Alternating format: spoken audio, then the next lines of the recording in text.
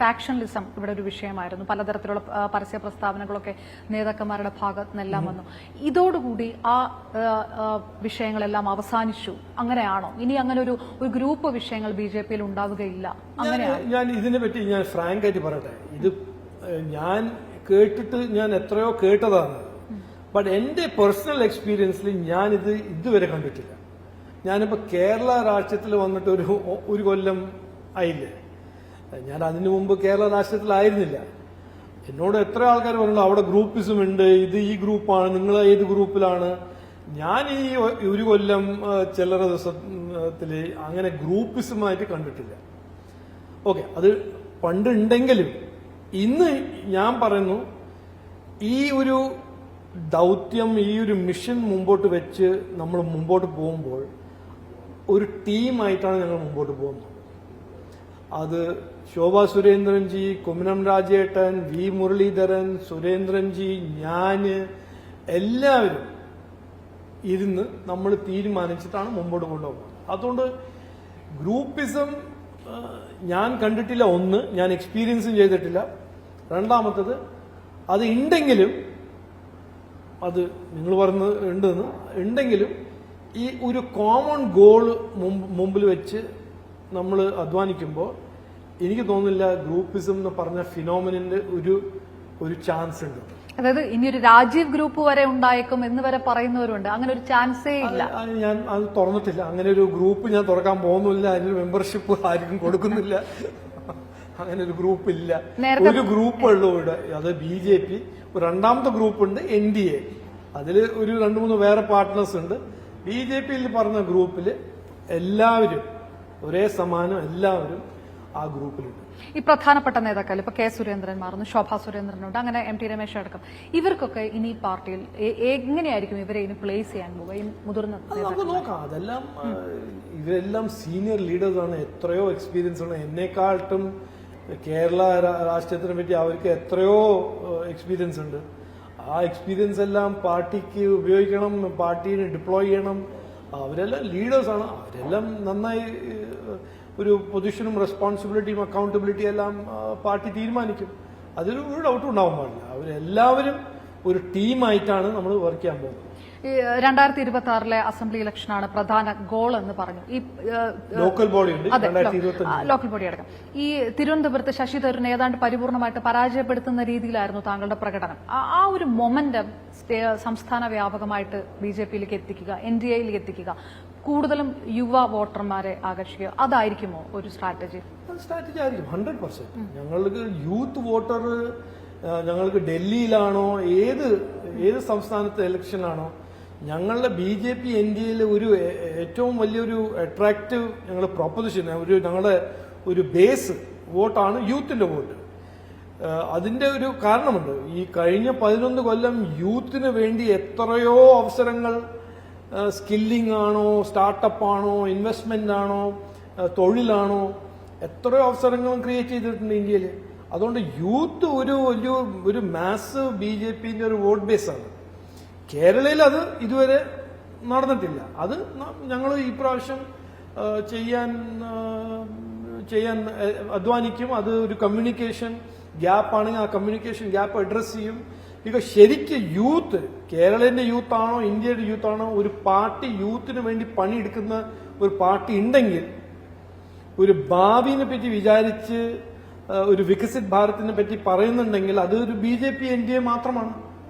അതുകൊണ്ട് ഇവിടെയും അത് ഞങ്ങൾ ഒരു സ്ട്രോങ് ആയിട്ട് നറേറ്റീവ് ഞങ്ങൾ ബിൽഡ് ചെയ്യും.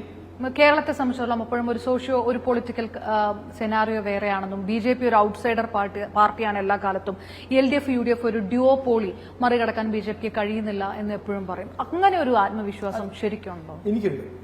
അത് എനിക്ക് എന്റെ ഒരു ആത്മവിശ്വാസമല്ല, ഒരു സ്ട്രോങ് ആത്മവിശ്വാസമാണ്. ഈ കോൺഗ്രസും LDF-ഉം അവർ രണ്ടാളും ഫെയിൽഡ് ഐഡിയോളജിയാണ്.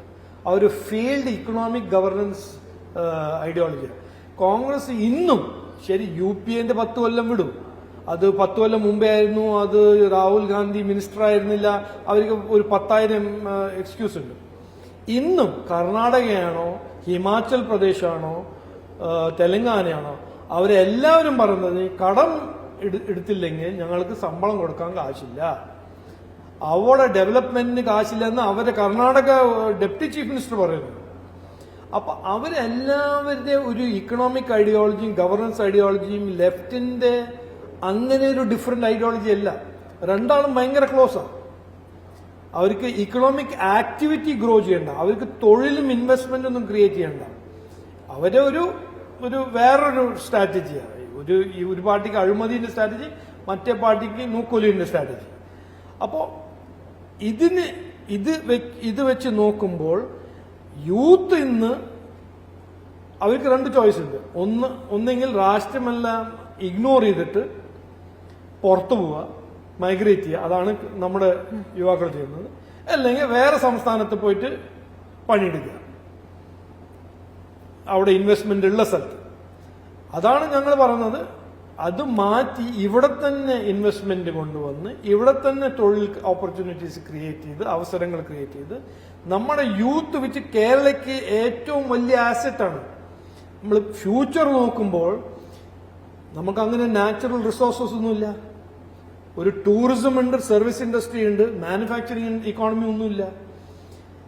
ശരിക്കുള്ളത് യൂത്താണ്, ടാലന്റഡ് യൂത്താണ്. ഈ വരുന്ന സമയത്ത് ഏറ്റവും വലിയ ആസറ്റ്. ഞാൻ ഇന്ന് പറഞ്ഞു, ഒരു പുതിയ റൂളാണ് ഗ്ലോബൽ ഇക്കോണമിയിൽ, investments go to where talent is.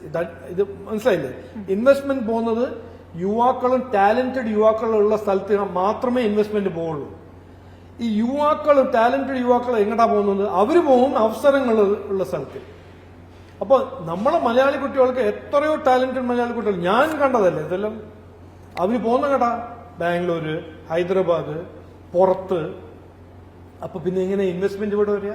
Talent ഇവിടെ ഇല്ലെങ്കിൽ. ആ ഒരു റിയാലിറ്റി, ആ ഒരു നെറേറ്റീവാണ് ഞങ്ങൾ മുമ്പോട്ട് വെക്കാൻ പോകുന്നത്. ഭാവി കേരളനെ പറ്റി വിചാരിക്കുന്ന ജനങ്ങൾ NDA BJPനെ സപ്പോർട്ട് ചെയ്യണം. ഞങ്ങളാണ് ശരിക്ക് ഫ്യൂച്ചറിനെ പറ്റി വിചാരിക്കുന്ന ഒരു പാർട്ടി. മറ്റവരെല്ലാം ഇന്നും ഇന്നലെ പറ്റി വിചാരിക്കുന്ന പാർട്ടികളാണ്. ഞങ്ങളാണ് ഈ വികസിത് ഭാരതിന്റെ പറ്റി വിചാരിക്കുന്നത്. ഈ വികസിത് ഭാരത് ഉണ്ടാക്കുമ്പോൾ ഒരു വികസിത് കേരളം ഉണ്ടാക്കണം. അതുകൊണ്ട് ഞങ്ങളാണ് ഞങ്ങൾ തയ്യാറാണ് ഒരു ഡിബേറ്റ് ചെയ്യാൻ. ആരുടെ ഫ്യൂച്ചർ വിഷനാണ് ക്ലിയർ വിഷൻ? LDFന് ഒരു ഫ്യൂച്ചർ വിഷൻ ഉണ്ടോ? LDFന് നാളെ മറ്റന്നാളിലെ വിഷൻ ഇല്ല. ഇന്നത്തെ കടം എങ്ങനെ എടുക്കണം, ഇന്നത്തെ ശമ്പളം എങ്ങനെ കൊടുക്കണം, അതിന്റെ വിഷൻ ഇല്ല. കോൺഗ്രസിന്റെ വിഷൻ എന്താ? എങ്ങനെയെങ്കിലും കടം വാങ്ങിച്ച് അഴിമതി ചെയ്ത് പിന്നെ ഒരു കടം വാങ്ങിച്ച് അഴിമതി ചെയ്യുക, എന്നിട്ട് സാലറി കൊടുക്കണം. അത് ഇത് പൊളിറ്റിക്കൽ റെട്രിക് അല്ല. ഞാൻ പറഞ്ഞത് ഹിമാചൽ പ്രദേശിൽ നടക്കുന്ന സാധനം, തെലങ്കാനയിൽ നടക്കുന്ന സാധനം, കർണാടകയിൽ നടക്കുന്ന സാധനം. അതുകൊണ്ട് ഈ രണ്ട് പാർട്ടിയും ഇന്ന് ഞാനൊരു ഒരു യങ് സ്റ്റുഡന്റോ യങ് കോളേജ് സ്റ്റുഡന്റ് ആണെങ്കിൽ എന്റെ ഭാവിനെ പറ്റി ഒരു പാർട്ടി ചിന്തിക്കുന്നുണ്ടെങ്കിൽ അത് NDA BJP ആണ്, അത് നരേന്ദ്രമോദിജിയുടെ സർക്കാർ.